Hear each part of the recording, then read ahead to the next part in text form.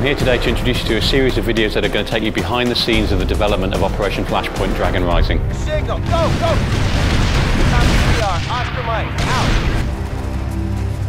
ET gunner on their left flank. The hardcore game mode is for the true fans of Flashpoint.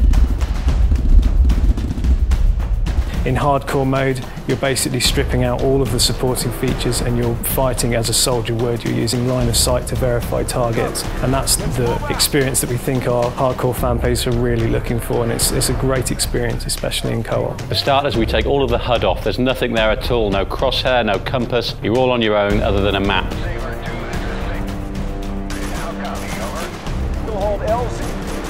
Okay, so a lot of people are wondering, why have we taken everything up on hardcore? Why don't you even have a compass? But after reading some of the feedback we got from the forums and some of the feedback from some of the people playing the game at E3, we made a conscious decision to strip everything out.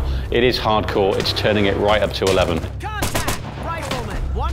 What makes an Operation Flashpoint mission special is so open world in nature. In most games you're very drawn through a very narrow corridor, whereas in Operation Flashpoint you really are left open to translate your orders as you see fit. There's a lot of room for manoeuvre and to adapt your tactics on the fly to what's immediately in front of you. You could attack any objective from any direction you want to.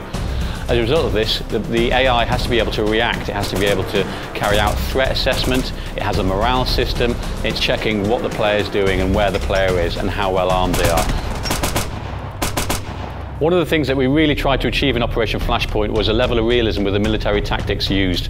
We did a lot of work with the Marines, and we even got our hands on their playbook, which gave us an idea of the kind of plays that they use. These plays work in very much the same way as, say, an American football play. They have distinct strategies that they use at distinct moments.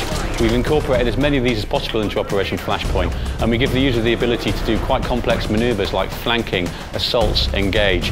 As well as this, there is inherent behaviours that the team's AI will carry out.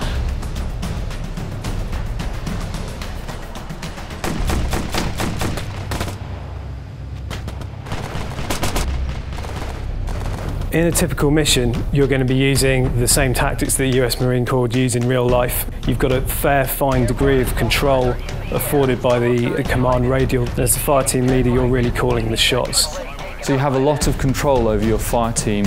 You can change the formation, you can change their rules of engagement, also their tactical spread, and then on top of that you have all sorts of abilities to give flanking orders, assault orders, suppressing orders. One of the context-sensitive orders you can issue is assault building, and this will allow you and your fire team to force your way in through the door and clear all the rooms within that building. I think the hardest thing that we had set out to achieve, that I'm certainly most proud of, is putting the fear back into first-person shooters, getting that element of tension as you're creeping through the woods, not knowing when the next shot's going to come from. This is about as hardcore as it gets, so you better be careful.